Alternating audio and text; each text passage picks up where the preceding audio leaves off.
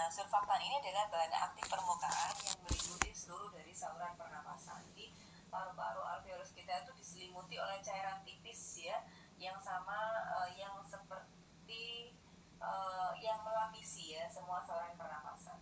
Jadi gambarannya alveolus itu seperti kalau teman-teman punya kaca ya atau objek gelas, satu objek gelas dikasih satu tetes air ya, terus tutup lagi pakai objek gelas yang lain. Itu kan kalau mau buka itu kan sulit dia. Nah, kalau mau buka sulit dia kayak lengket gitu, padahal cukup ya. Nah, itu sama surfaktan itu sama seperti itu. Jadi sedikit fungsinya, tapi dia punya efek pelapis yang kuat ya. Dihasilkan oleh sel-sel pneumosit atau sel epitel alveolus tipe 2. Gambarnya ini tadi. Ini yang warna kuning ini ya. Nah, ini sel alveolus tipe 2 yang menghasilkan surfaktan.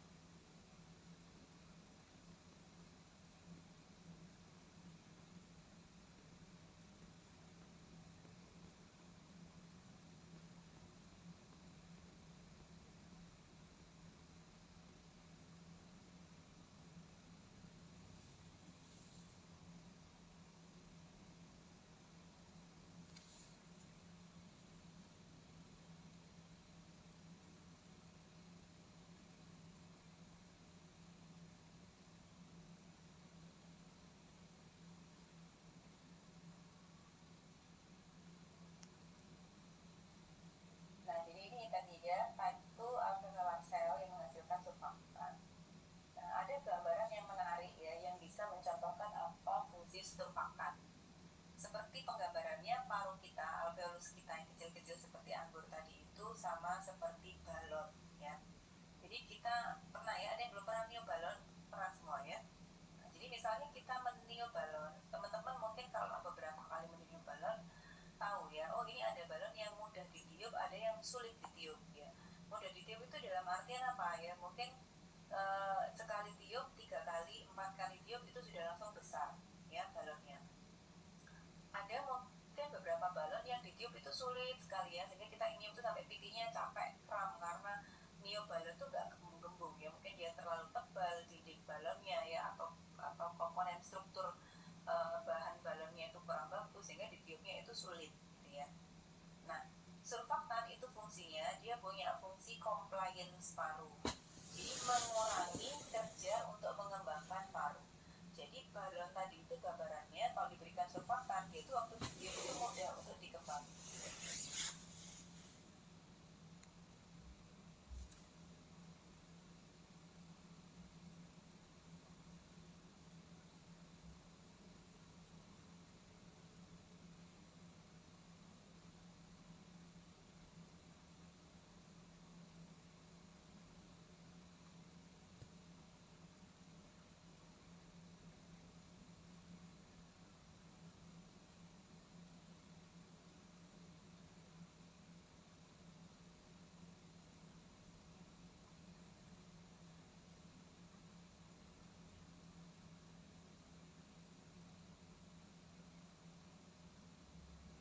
Jadi penggambarannya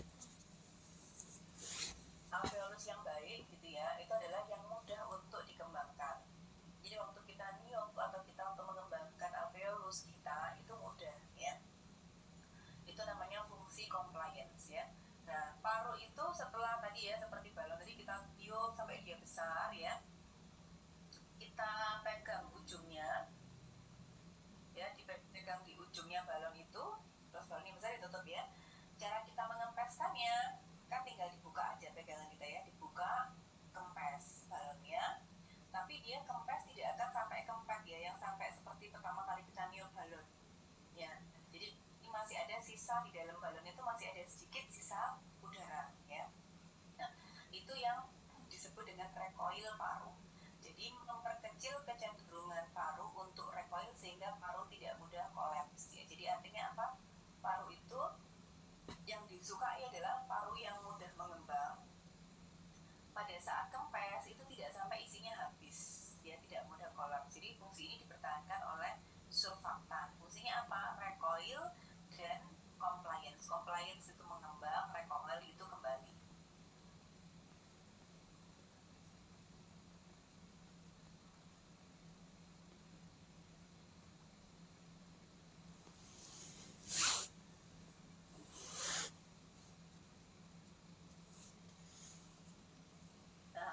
memiliki beberapa fungsi yang mempertahankan alveolus ya.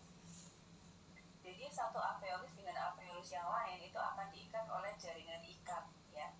Nah, fungsinya jaringan ikat ini apa? Pada saat ada satu alveolus yang dia kolaps ya, kolaps itu mengempis ya, yang kolaps atau mengempis karena dia terdiri atas jaringan ikat, maka dia akan ditarik oleh alveolus yang lain sehingga dia tetap terbuka ya, jadi diregangkan sehingga tetap terbuka. Namanya adalah interdependensi alveolus, salah satu mekanisme alveolus untuk tetap meregang. Sekarang kita ke otot pernafasan ya. Otot pernafasan itu ada otot pernafasan untuk inhalasi. Inhalasi itu apa? Inhalasi itu tarik nafas ya. Inhalasi itu tarik nafas. Inhalasi atau inspirasi atau tarik nafas ya. Jadi kalau misalnya nanti saya bilang inhalasi itu maksudnya tarik nafas, atau misalnya inspirasi itu tarik nafas ya. Lalu buang nafas itu adalah ekspirasi atau ekshalasi, sama ya, ekspirasi atau ekshalasi. Jadi buang nafas, tarik nafas ya. Nah, ada dua otot yang kita gunakan untuk dua aktivitas yang berbeda. Ada otot nafas utama, ada otot nafas tambahan. Otot nafas utama itu otot nafas yang kita gunakan untuk gerakan ritmik pernapasan. Contohnya apa? Nah, contohnya sejak kita kuliah tadi ya, mulai jam 10 sampai sekarang hampir jam 11 ya, hampir 1 jam. Ada nggak yang menghitung berapa kali kalian tarik nafas dan buang nafas? Selama kuliah, ada yang menghitung? Nggak ada ya, kamu tahu masih bernafas aja ya, sampai sekarang kuliah masih nafas. Nah, itu dijalankan oleh otot nafas utama ya, seperti misalnya tidur, kamu nggak pernah ngitungnya ya, saya dalam sehari pernah hitung tarik nafas buang nafas berapa kali, ada ngitung ya. Nah, itu adalah fungsi dari otot nafas utama. Jadi gerakannya itu ritmik, teratur ya, tidak disadari oleh teman-teman. Ada lagi otot nafas tambahan. Contohnya apa? Otot nafas tambahan itu by instruksi ya, atau jika diperlukan. Contohnya apa? Setelah olahraga ya, setelah lari keliling lapangan UNED ya 10 kali, nah tengah siang panas ya, selesai berhentinya cari tempat yang redup ya, yang iup kalau bahasa Jawa ya, yang nggak panas, terus irama nafasnya pasti ya gitu ya, irama nafasnya jadi cepat ya. Atau misalnya sekarang ya, dari 34 partisipan ini ayo ikuti apa yang saya ucapkan. Tarik nafas panjang ya, tarik nafas panjang ya, buang nafas, didorong kuat. Nah ya, nah jadi irama nafas tambahan tadi yang by instruksi, yang di luar dari irama ritmik pernapasan, itu menggunakan otot nafas tambahan.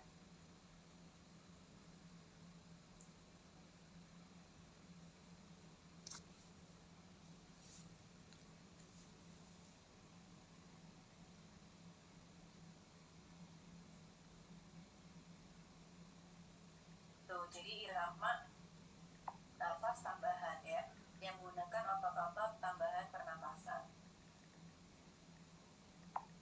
Nah, irama pernapasan kita yang utama tadi itu diperankan oleh apa? Oleh otot intercostalis yang eksterna dan diafragma ini ya, muscles of inspiration ya, di otot intercostalis eksterna dan diafragma. Yang disebutkan eksterna karena apa? Pada saat dia berkontraksi itu menyebabkan pergerakan dinding dada ke arah luar, eksterna. Sedangkan internal kebalikannya ya, masuk ke dalam. Kalau muscles of expirasi sama diafragma juga, jadi otot dari dasar dinding dada, dan intercostalis yang interna ya. Jadi kalau kalian melihat ya, orang sesak nafas itu kan mudah diidentifikasi ya. Jadi kalau orangnya misalnya seperti ini ya, atau apa dana itu nafas di hidungnya sampai buka-buka ya, karena apa, udara nafasnya usaha bernafasnya kuat sekali ya. Atau misalnya di bagian ini ya, di bagian atas dada ya, kelihatan orang itu sampai kalau nafas itu sampai naik bahunya ya gitu ya, dan kelihatan usaha bernafasnya ya. Nah, ini yang kalau kalian bisa melihat orang itu, menyadari bahwa orang ini sesak, itu berarti kalian sedang melihat otot nafas tambahan. Otot nafas tambahan itu apa? Kalau inspirasi itu letaknya ada di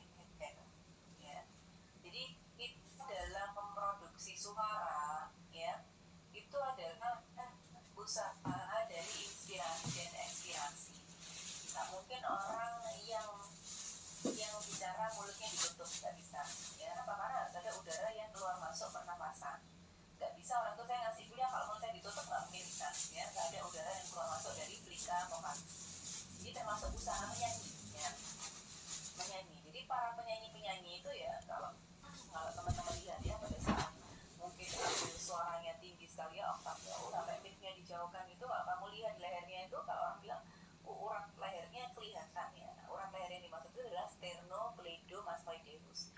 Jadi dia adalah otot nafas tambahan untuk inspirasi ya. Nah, termasuk kalau melihat orang marah ya, itu marah sampai urat-urat lehernya kelihatan. Artinya apa? Pada saat dia marah, inspirasi dan ekspresinya itu butuh otot nafas tambahan. Itu namanya sternocleidomastoideus. Jadi kalau kita miring ini ke samping ini ya, ada otot yang berjalan dari namanya sternocleidomastoid. Mastoid itu belakang telinga, sternum dada. Jadi ototnya miring gini, berjalan miring. Kalau pada ini contohnya gambar dari belakang telinga sampai ke arah dada ya. Nah, ini yang orang bilang tuh uratnya kelihatan, itu ini ya. Nah, kelihatan pada penyanyi, orang yang lagi marah ya, itu kelihatan. Itu adalah otot nafas tambahan. Nah, ini agak mikir sedikit ya. Jadi yang tadi masih belum perhatikan Zoom, sekarang perhatikan Zoom ya. Karena kalau kelihatan akan sulit mengikutinya nanti ya kalau ketinggalan. Nah, jadi di respirasi itu kita ada mempelajari hukum-hukum yang sama seperti hukum fisika yang kita pernah mempelajari ya. Jadi ada hukum Boyle. Hukum Boyle ini adalah volume dan tekanannya. Ini pasti keluar soal ujian ya. Nah, ini dasar sekali ya, teman-teman harus bisa. Jadi tekanan dan volume ya. Jadi di hukum Boyle disebutkan bahwa tekanan yang ditimbulkan oleh suatu gas itu berbanding terbalik dengan volume gas. Artinya apa? Kalau volumenya tinggi, tekanannya rendah. Volumenya rendah, tekanannya tinggi. Contohnya pada gambar ini ya, pada piston ini kita lihat ya. Ini volumenya nilainya 1, tekanannya 1. Apa yang terjadi saat volumenya kita kecilkan, volumenya tinggal setengah, maka tekanannya akan lebih besar. Apa yang kita lakukan kalau volumenya dibesarkan, maka dihitung tekanannya rendah. Ya, ini hukum Boyle. Jadi volume dan tekanan itu berbanding terbalik. Ini adalah alveolus kita ya.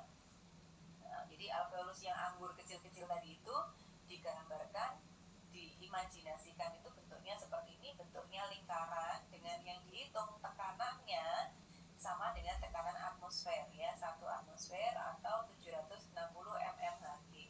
Jadi area yang di dalam alveolus dan yang di luar alveolus sama. Kenapa sama? Karena ada airways, ada jalur pernapasan. Ya, dia bukan ruangan yang tertutup ya.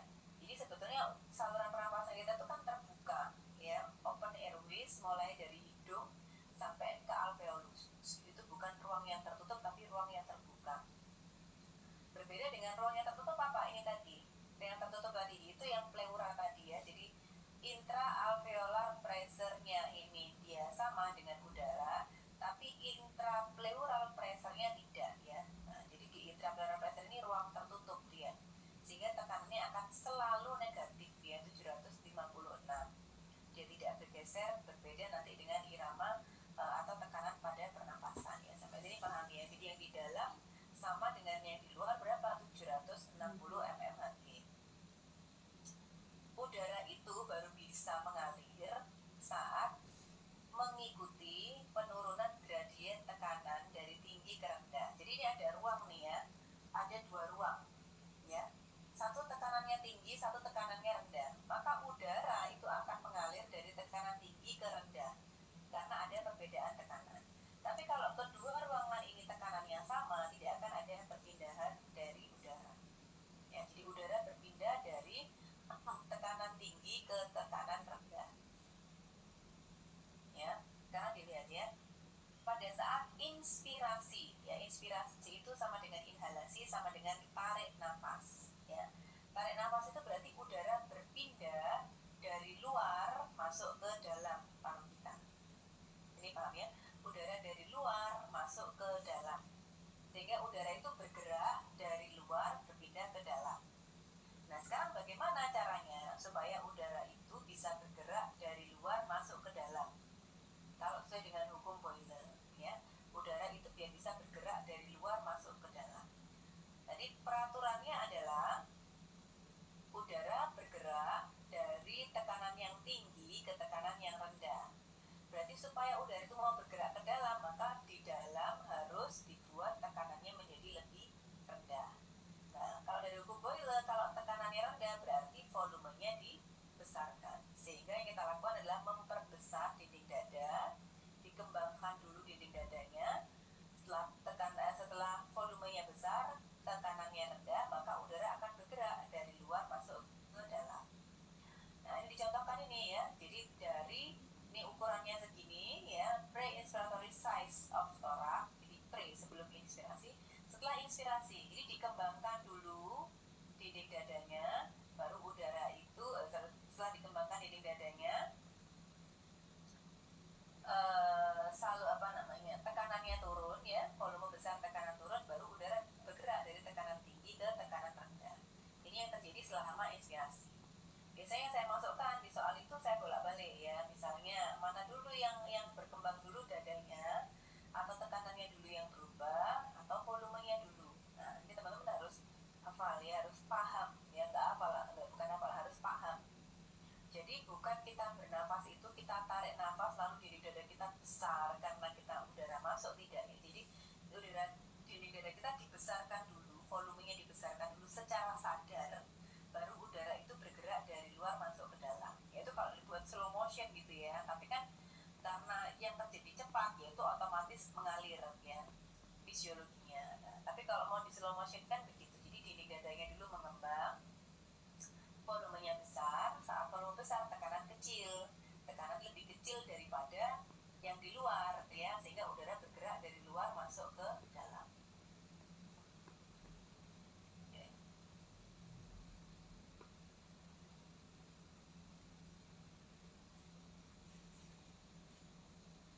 Jadi ini adalah pergerakan dinding dada selama inspirasi ya. Selama inspirasi itu nih, jadi bagian ada dua otot tadi ya, diafragma dan otot dinding dada. Dinding dadanya mengembang itu ke arah luar, eksternal ya, namanya intercostalis eksternal. Dan yang di bagian diafragmanya itu dia relaksasi menjadi lurus, jadi dia dome shape ya, bentuknya seperti dome gitu, lengkung. Pada saat inspirasi dia ke bawah, jadi mendatar. Waktu ekspirasi buang nafas dia balik lagi ya, terus mendatar lagi ya. Lalu bagaimana untuk ekspirasi? Nah, ekspirasi itu kita pengen udara bergerak dari dalam keluar ya, udara itu bergerak dari tekanan tinggi ke tekanan rendah. Jadi supaya dia keluar, maka di dalam harus dibuat lebih tinggi. Maka apa yang dilakukan ya, dikempiskan dinding dadanya, jadi volumenya rendah, tekanannya tinggi, baru udara bergerak dari dalam keluar ya.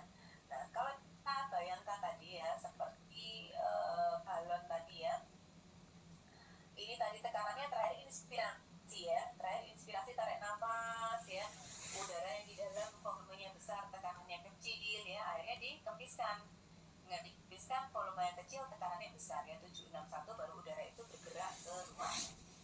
Nah, yang menarik adalah ini ya, ekspirasi normal itu proses yang pasif ya. Seperti apa? Seperti kita, perbedaan antara kita, usaha yang kita lakukan untuk meniup balon dan mengempeskan balon. Nah, niup balon kan kamu harus ya, kalau ngempeskan kan tinggal dibuka aja, cas gitu ya, keluar sendiri udaranya. Nah, sama juga ekspirasi ya, perlukan usaha tambahan. Kita cuma perlu merelaksasikan saja otot dinding dada, karena seperti inspirasi ya, jadi cuma perlu dilemaskan saja ototnya, maka udah dengan proses inspirasi ya. Karena buang nafasnya itu sifatnya dia proses yang pasif ya. Nah, jadi kalau tadi dome shape gini bentuknya, dia akan turun ke bawah ya, naik ke atas, ini tarik nafas, turun ke bawah, buang nafas ke atas ya. Di slide yang saya bagi ya, ototnya untuk ekspirasi ya. Kalau inspirasi tarik nafas kuat ya, kalau misalnya ikut yoga atau pilates mungkin akan diberikan instruksi ya oleh coachnya, tarik nafas panjang ya, buang nafas, itu otot nafas tambahan ya. Nah, kalau yang ekspirasi kuat dan dalam, contohnya apa ya, karena ekspirasi kuat dan dalam itu adalah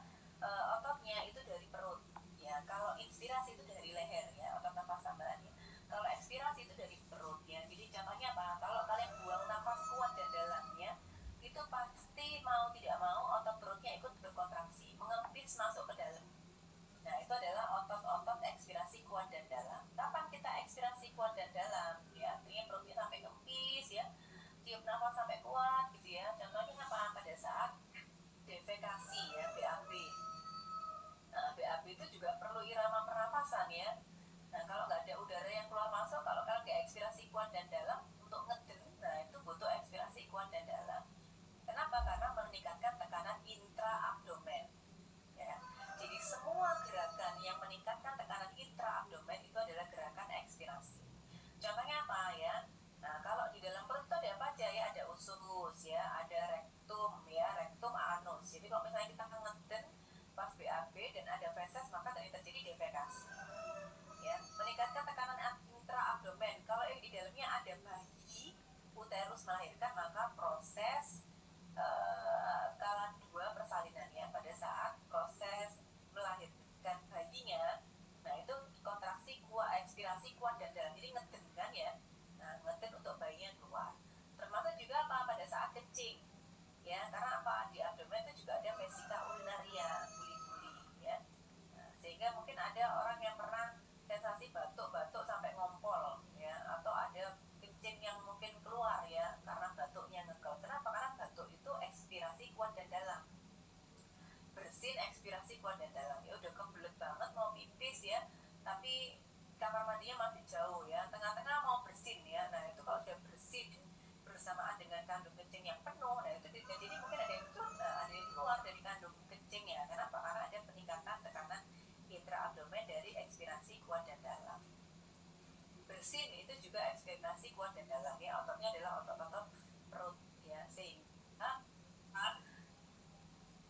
ada program senam hamil pada ibu-ibu yang hamil. Kenapa? Loh, kenapa sudah masih hamil kok masih disuruh senam aja? Karena apa? Untuk memperkuat otot pernapasan. Nah, jadi adalah otot perut, core ya, dan juga otot pernapasan. Kenapa? Karena modalnya untuk melahirkan kala 2 persalinan pas saat lahir bayi itu adalah kuatnya otot-otot perut terutama ya, karena dia buat ngeden itu otot perut, sehingga harus dilatih ya. Oke, terus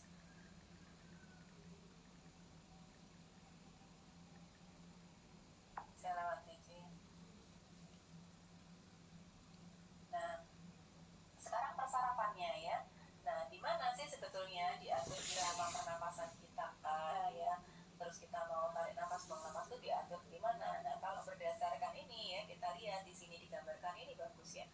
Kalau otot-otot interkostalis tadi ya, itu dipersarapi oleh otot-otot thoracikus ya yang ada di toraks. Diafragma itu ada di cervical ya. Nah, ini yang penting ya. Sedangkan apa ya? Ini ada hidung ya, trakea, paru ya, yang lainnya itu ada diaturnya itu di sini. Yang gambarnya ruwet ini ya. Nah, ini ada pons dan medula oblongata. Jadi pons dan medula oblongata ini adalah pusat dari semua senter pernapasan kita ada di sini. Ya. Sehingga kalau mungkin yang hukuman mati ya, misalnya dipancung atau ditembak pas kena kepala, kena di pusat pernapasannya ya sudah langsung meninggal ya, karena ini area penting ya. Sehingga apa, ini area ini kepala itu harus dihelmi ya. Kenapa pakai helm? Karena di kepalamu itu ada pusat pernapasan ya. Kalau kecelakaan kena di sini ya sudah langsung tidak bisa ditolong. Atau ada kejadian kasus tumor yang tidak bisa dioperasi ya, bukan tidak bisa dioperasi, kalau tumornya menempel langsung di tempat pernapasan ya dokter resiko juga ini, kalau diambil tumornya kena irama pernapasannya ya sudah wafat juga ya. Nah, jadi ini area yang penting sekali, makanya kalau keluar pakai helm ya. Itu investasi menjaga apa? Menjaga pusat pernapasan kita itu ada di pons medula oblongata. Jadi letaknya di mana? Di tengkuk ya, di tengkuk. Jadi area tulang bagian kepala yang bagian bawah ya, dasar kepala. Nah, di sini kalau teman-teman lihat ya, kalau kita misalnya ada kecelakaan atau apa ya, yang kalau dia segmennya itu kena di segmen itu kan, kalau urutan dari vertebra ya, mungkin teman-teman sudah belajar urutannya itu dari tulang belakang itu ada cervical, ada torakal, lumbur, sakral, koksigeal. Jadi ini torakal ini sampai dada, bawahnya yang bagian pinggang, boyok itu adalah lumbal. Jadi kalau kecedek boyoknya itu lumbal ya, sama koksigeal ya, koksigeal. Jadi itu tempat persarapan ya. Jadi nanti kalau torakal itu tuh persarapannya sampai dengan tangan ya, kaki itu lumbosakral. Jadi kalau kecedek yang dirasakan orang itu apa? Keluhannya keluhan kaki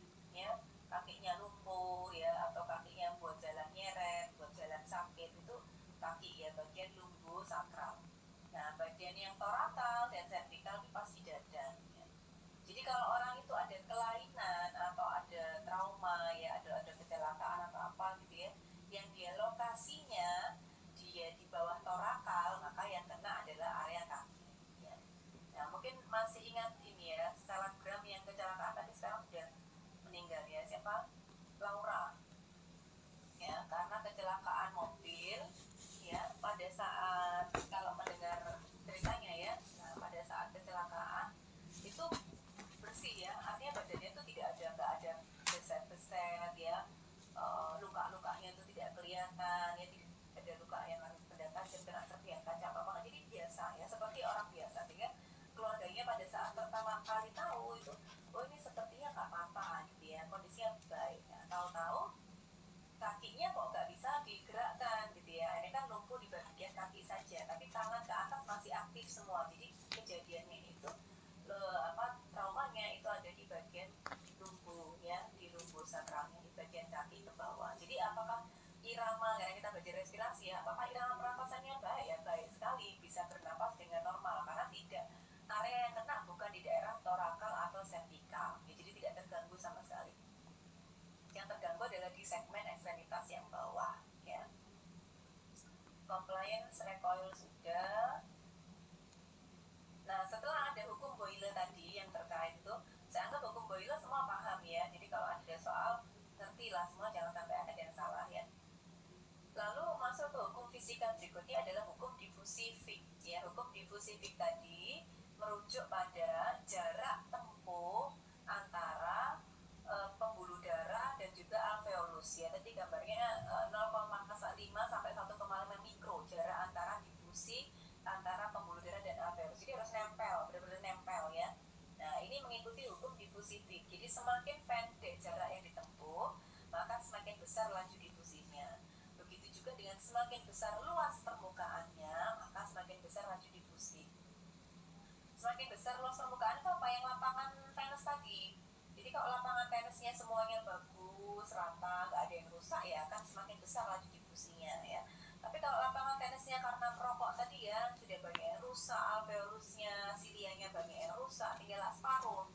Berarti harusnya apa misalnya ya, kalau udara itu bisa masuk, difusi pertukaran itu bisa 100 gas, itu tinggal 50 gas ya. Akhirnya apa? Semakin sedikit O2 yang masuk ya. Jadi semakin pendek dan semakin besar. Pendek adalah jarak difusinya, nah, besar adalah luas permukaannya ya. Contohnya ini. Nah, ini yang normal ya, ini area normal, ini menggambarkan difusi tadi ya. Difusi itu pertama pendek ya, mengikuti hukum lolos pendek dan besar ya. Nah, pendek ini artinya jaraknya ya. Oke, ini jaraknya pendek, O2-nya normal, yang masuk juga normal ya. Karena apa? Jaraknya pas ya. Luas semuanya bagus ini ya. Luasnya semua utuh, paru-parunya bagus ya. Lapangan tenisnya tadi masih utuh. Nah, kita masuk ke kondisi yang dua, yang B. Loh, oh ini O2-nya sampai sini normal. Waktu dipindahkan ke darah, pembuluh darah kok low, kenapa ya? Nah, mana yang tidak terpenuhi? Hukum jaraknya atau hukum luasnya? Oh, yang tidak terpenuhi hukum luasnya. Kenapa? Nah, ini destruction of alveoli ya. Jadi ada alveolinya yang rusak di sini. Ya, sehingga lapangan tenisnya tadi nggak full ya. Emfisem ini contohnya pada paru-paru. Itu misalnya karena rokok ya, karena TBC ya. Nah, itu bisa merusak dari alveolus ya. Lalu kita geser ke yang C, kita lihat ya. Ini PO2-nya udara yang masuk ke alveolus normal, tapi yang masuk ke darah kok sedikit. Nah, mana hukum jarak dan hukum luas yang tidak terpenuhi? Jaraknya sudah pendek ya. Nih, jaraknya luasnya ini masih bagus, bentuk alveolusnya bagus ya. Nah, cuman apa di sini? Dia lebih tebal. Thickened alveolar membrane. Nah, jadi artinya apa? Ada penebalan dari dinding alveolus. Nah, ini sama seperti apa? Kalau tadi kita niup balon, tapi balonnya itu dindingnya terlalu tebal ya, sehingga dia tidak bisa difusi gas ya. Jadi penebalan ini contohnya apa? Pada fibrotic lung disease. Jadi area paru-paru yang sering rusak ya, atau sering inflamasi atau radang ya, misalnya karena merokok ya, itu menimbulkan jaringan ikat ya. Sama seperti kalau kamu jatuh ya, misalnya ya, kan pasti menimbulkan jaringan ikat ya, jejas atau bekas ya. Nah, kadang bekas itu kan lebih tebal dari biasanya ya. Nah, itu yang menyebabkan jadi dinding parunya itu menjadi jaringan ikat, yang harusnya tadi isinya alveolus itu adalah alveolar cell tipe 1, tipe 2, jadi ganti berdiskusi ya. Oke. Lalu yang bergeser ke D ya, bergeser ke D, PO2-nya normal ya, bentuknya alveolusnya normal, luas permukaannya normal, tapi di sini kok low, oh ternyata di tengah ada hambatannya ya. Jadi hukum jaraknya itu tidak terpenuhi ya, hukum jaraknya tidak terpenuhi.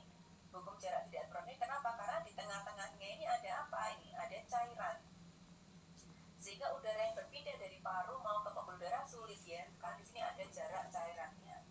Nah ini tidak hanya cairan ya, bisa jadi bukan hanya cairan, bisa jadi apa? Misalnya darah ya kan, atau nanah ya, atau pus ya. Nah ini yang orang bilang dengan paru-paru basah. Nah ya, pernah dengar begini, kenapa paru-paru basah ya? Keluhannya apa? Orangnya sesak ya. Nah, orangnya sesak karena paru-paru basah. Nah ini jawabannya. Lalu bergeser ke yang E ya, ini kita lihat ya, PO2-nya dari awal masuk sudah low. Kenapa? Oh karena tadi bronkokonstriksi, dari awal sudah salurannya sedikit, sehingga kalau O2-nya sedikit maka O2-nya juga sedikit.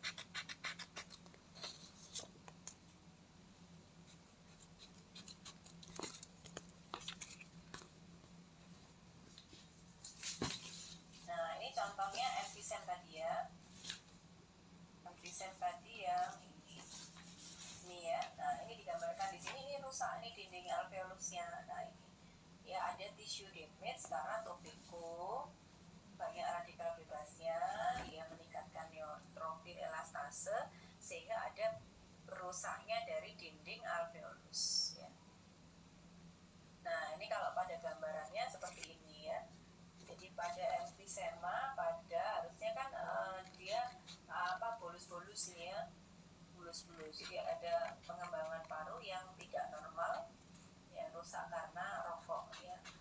Nah dan ini terjadi ternyata efek of smoking itu tidak hanya pada orang yang perokok utamanya saja ya, tapi juga second hand smoker ya, atau perokok pasifnya itu juga mengalami efek yang sama ya. Sehingga penting sekali kesadaran merokok di ruang yang terbuka, hati-hati, apalagi kalau ada yang anak-anak ya. Kenapa? Karena ini ya, toxic nicotine which paralyze ya, they normally clean the lungs ya, yang harusnya dia bisa membersihkan paru. Dan apa? Ada carcinogenic chemicals ya. Besides cancer, smoking can also lead to emphysema, alveoli become dry, brittle, and eventually rupture. Both active and passive smoking, secondhand smoke, can lead to lung problems ya. Nah ini bukan kesannya saya ini ya membenci rokok, bukan ya, karena memang contohnya kalau paru ya paling banyak rusaknya itu karena rokok ya. Jurnalnya yang paling banyak emang karena rokok. Nah sekarang kita ke pertukaran gas ya. Nah pertukaran gas di alam kita itu banyak sekali, tapi kita batasi, kita hanya membahas O2 dan CO2 ya. Ada metana, etana, karbon monoksida ya, sulfur, banyak sekali, tapi kita tidak bahas ya. Kita bahas hanya yang O2 dan CO2. Ini pelajaran SMA ya. O2 di dalam udara atau di atmosfer itu berapa jumlahnya? 21% ya. Dari tekanan di atmosfer totalnya berapa tadi? 760. Jadi nilainya 21/100 dikali 760 sama dengan 160 mmHg ya. Jadi yang kita hirup itu adalah 21%. Yang paling banyak apa? Nitrogen 79% ya. Dan yang lain ada CO2-nya, ada gas polutan yang lain ada ya, tapi sangat sedikit ya, 0,23. Nah kita menyebutnya tekanan yang ditimbulkan secara independen oleh masing-masing gas dalam suatu campuran disebut dengan tekanan parsial ya. Jadi kita sebut dengan tekanan parsial. Cara penyebutannya adalah tekanan parsial gasnya di sini ya, atau P gas itu bacanya adalah tekanan parsial gas apa? Misalnya P bawahnya O2 ya, berarti tekanan parsial oksigen gitu ya. Nah sama seperti udara tadi, tekanan parsial itu bergerak dari tinggi ke tekanan yang rendah ya. Ini juga konsentrasi juga ya. PO2 160 dari mana, masih ingat ya? Jadi dari 21/100 kali 760 hasilnya 160. PCO2 nya sangat sedikit, 0,23.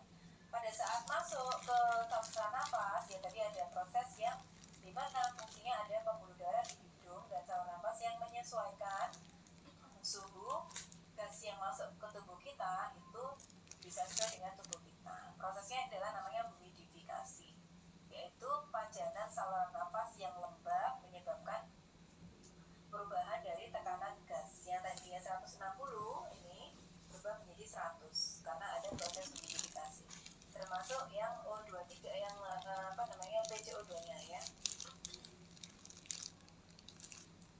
Nah, ini nanti saya sampaikan, tapi nanti teman-teman mungkin mau baca pelan-pelan boleh ya, nomor 1 sampai 8, bacanya urutnya. Jadi setelah udara itu masuk ya, ini di alveolus ini ya membawa banyak O2 ya. Nah, kita lihat ya, ini ada O2 yang lewat di pembuluh darah tadi yang dia kapiler ya, pembuluh darah. PO2-nya 40, di sini 100 ya, memenuhi hukum perpindahan gradien tekanan dari tinggi ke rendah, maka 100 akan dipindahkan ke dalam O2-nya. Jadi O2 pada saat sudah melewati paru dia membawa 100 oksigen full tank ya, full tank oksigen dibawa ke seluruh tubuh untuk diedarkan. Nah, taunya gimana? Kok ini tubuh ini, area ini, sel ini kekurangan oksigen, ini enggak gitu ya. Nah, dia lihat nih, ini 100, kita lihat sel yang dia lebih kecil dari 100, maka dia akan mendapatkan donor oksigennya. Nah, di sini berarti O2-nya 100, yang di dalam sel karena sudah dipakai metabolisme, aktivitas dan lain-lain, maka O2-nya pasti rendah ya. Di sini 100, di sini 40, maka dia akan mendonorkan ya oksigennya masuk ke dalam sel sehingga full tanknya mana di dalam sel. Di sini yang ditinggal hanya sisa 40. 40 kembali lagi dibawa ke paru, ditukarkan lagi. Begitu seterusnya ya. Begitu pula CO2-nya ya. Tadi CO2 40, di sini ternyata di dalam sel lebih banyak 46, maka dia mendonorkan PCO2-nya ke tempat yang lebih sedikit sehingga yang dibawa oleh darah itu ada 46. 46 ini dikembalikan lagi sampai ke paru, sampai paru berarti posisi di sini 46, di sini berapa tadi 40, berarti dari tinggi ke rendah dia keluar ya. Jadi karena perbedaan dari tekanan gradien dari masing-masing gas ya. Nah, lalu gimana sebetulnya oksigen itu diikat di dalam darah ya. Ini mungkin pelajaran sudah SMA ya. Oksigen itu diikat dalam bentuk hemoglobin ya, hemoglobin 98,5% biasanya larut secara fisik ya, artinya dia O2 itu langsung berenang di dalam darah ya, tidak berikatan dengan hemoglobin. Kebalikannya CO2 itu yang berikatan dengan hemoglobin hanya 30, sisanya disimpan dalam bentuk bikarbonat atau buffer ya 60%. Jadi CO2 itu nanti akan berikatan dengan bikarbonat ya. Hemoglobin yang berikatan dengan oksigen kita sebut sebagai oksihemoglobin ya. Nih, jadi kalau kita menghirup banyak oksigen, ini alveolus ya, ini alveolus, ini pembuluh darah. Kalau yang normal, kalau alveolusnya itu berbandingnya oksigennya, maka yang masuk ke darah juga banyak ya. Nah, alveolus yang banyak masuk oksigen, masuk sini berikatan dengan hemoglobin. Hemoglobin ini mobil dengan 4 penumpang, nah, ya, jadi 4 oksigen. Nah, jadi kalau oksigennya banyak ya ini semua penuh diisi ya. Nah, tapi kalau dari sini O2-nya sudah sedikit, maka mobil yang masuk di dalam ini penumpangnya juga sedikit ya.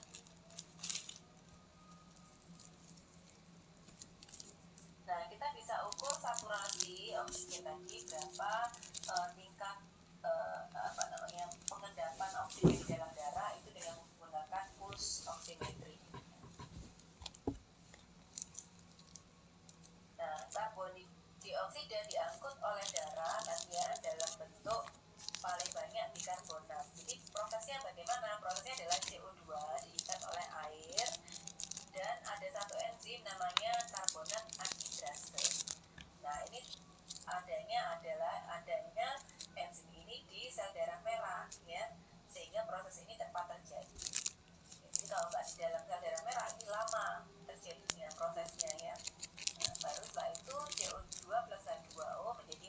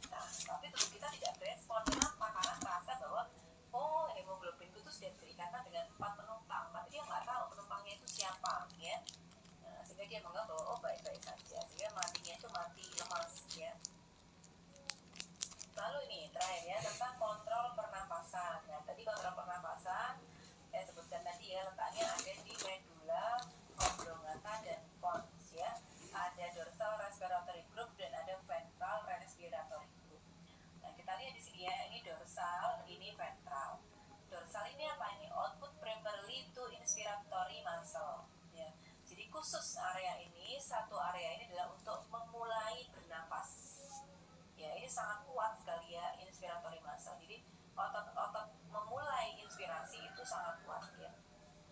Yang ini ya, yang PRG-nya ini adalah untuk ekspirasi, beberapa inspirasi dan menjaga faring, laring dan lidah itu tetap terbuka. Jadi kalau orang itu sadar betul ya, dia tidak mengalami penurunan kesadaran, maka lidahnya itu akan tetap terbuka. Lidahnya itu akan tetap membuka saluran pernafasan ya. Jadi bagaimana kalau lidahnya itu dalam kondisi orang tidak sadar, lidahnya itu lemas tertutup ke belakang, sehingga dia bisa orang itu bisa meninggal karena lidahnya tertutup di belakang. Jadi kalau pada DNS atau restorasi jantung paru itu kita selalu diajari untuk menangani airway, jalan nafas ya. Jadi coba dicari ya tentang Hentil, Chinleaf dan Jautras. Nah itu salah satu teknik untuk menjaga supaya airway tetap terbuka. Salah satunya adalah untuk mencegah lidah itu jatuh ke belakang, ke bagian saluran pernapasan kita sehingga menutup ya. Nah jadi kalau ada istilah lidahmu membunuhmu, nah itu betul secara kedokteran ya, karena kalau lidah itu jatuh ke belakang ya, dia akan menutup saluran nafas. Pada orang yang nggak sadar ya resikonya tinggi ya. Nah otot-otot inspirasi itu sangat kuat ya, kalau dalam bahasa translatean ya ke bahasa Inggris ke bahasa Indonesia itu bahasanya irama dari otot yang memulai inspirasi itu melindas ya, melindas atau menggilas ya, atau mengalahkan semua persarafan yang lainnya. Sehingga apa? Kalau di buku tuh bagus dicontohkan ya, tidak ada orang yang berhasil suicide atau bunuh diri dengan cara menutup hidung. Nah, saya pengen ini terus tutup hidung gitu ya, terus meninggal gak akan bisa ya. Kecuali kalau orang lain ya yang menutup mungkin bisa, tapi kalau diri sendiri nutup hidung sendiri ya sampai pingsan gak akan bisa. Kenapa? Karena irama pernapasan tadi kuat ya, dia akan mengalahkan irama atau keinginan kita untuk menutup hidung ya. Dengan cara apa? Dia menggerakkan otot yang lain ya, dengan sesak, tidak menyenangkan ya, rasa sangat tersiksa ya. Akhirnya apa? Dia akan kita otomatis melepas diri ya. Jadi yang paling kuat adalah otot-otot untuk irama pernapasan. Ini kita lihat ya. Jadi pada saat inspirasi itu number of active inspiratory neuron. Jadi neuronnya aktif semua pada saat inspirasi ya.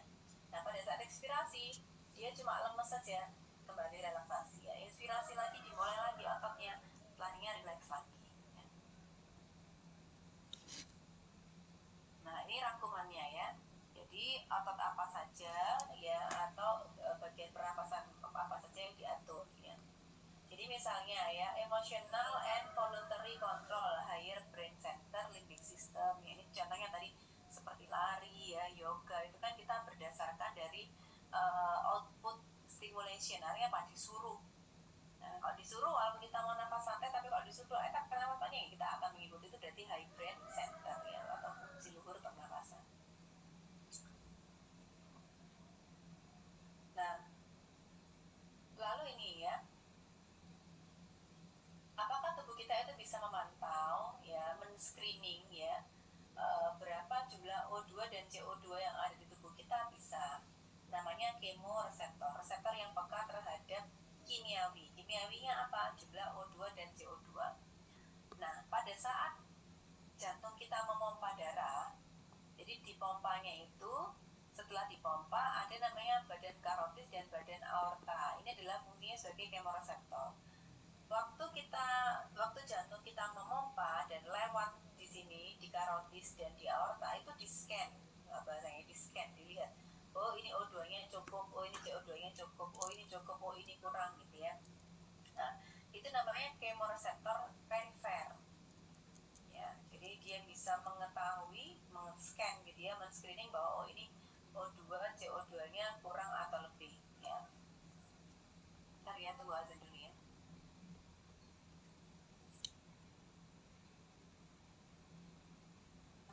Sehingga apa?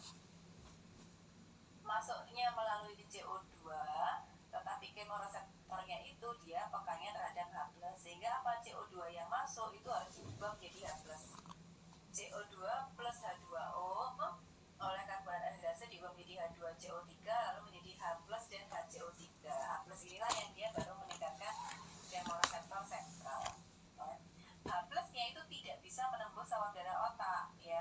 bisa itu PCO2, sehingga masuk dalam bentuk CO2 diubah baru dalam bentuk H+, baru H+ itu bisa menstimulus kemoreseptor sentral.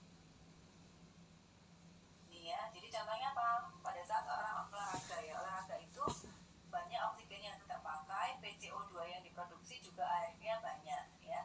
Nah, mempengaruhi dua reseptor ya, reseptor perifer, kemoreseptor perifer tadi yang ada di jantung dan kemoreseptor yang ada di sentral. Bedanya apa? Yang di kemoreseptor perifer itu dia efeknya lemah. Yang kuat adalah yang di kemoreseptor sentral. Nah, PCO2 di kemoreseptor sentral itu meningkat karena PCO2 yang bisa naik ya. Tapi kemoreseptor yang bisa menerima H+, sehingga PCO2-nya harus diubah dulu menjadi H+, baru bisa menstimulasi kemoreseptor sentral. Baru setelah itu memberikan input ke pusat pernapasan tadi. Oh, ini PCO2-nya tinggi, O2-nya rendah. Oke, maka apa yang dilakukan yaitu meningkatkan ventilasi. Jadi usaha bernapasnya menjadi lebih cepat sehingga PCO2-nya yang keluar menjadi lebih banyak ya. Nah, ini adalah alat yang digunakan untuk mengukur besar CO2 dan O2 yang keluar masuk saluran pernapasan ya. Jadi hidungnya ditutup, udara yang keluar masuk dari mulut ya, ini nanti diukur ya. Tapi kita sekarang kalau di fisiologi di kedokteran kita sudah menggunakan spirometer ya. Nah, ini jadi yang diukur apa? Udara yang keluar masuk sekali saluran pernapasan disebut dengan volume tidal. Kita nafas panjang namanya inspiratory reserve volume. Buang nafas kuat namanya expiratory reserve volume ya. Total semua udara yang keluar masuk pernapasan itu kita sebut sebagai dengan total lung capacity. Saat kita sudah tiup nafas maksimal itu masih udara yang tersisa di paru kita sebut sebagai volume residu ya. Yang mempengaruhi apa saja? Pernapasan kita kebiasaan olahraga ya, karena olahraga melatih dinding-dinding otot pernapasan, sehingga kalau dinding dadanya bagus, perutnya bagus, maka irama pernapasannya juga semakin kuat ya. Jenis kelamin, indeks massa tubuh, riwayat merokok atau tidak, dan adanya riwayat asma ya atau penyakit saluran pernapasan ya. Oke, cukup. Mungkin ada pertanyaan. Kalau tidak ada, Teh Airis, slide-nya sudah dibagikan. Kalau ada pertanyaan nanti bisa di pertemuan kita selanjutnya ya. Untuk selanjutnya adalah GI Track. Oke, kalau sudah saya tutup ya. Terima kasih. Wassalamualaikum warahmatullahi wabarakatuh. Waalaikumsalam warahmatullahi wabarakatuh.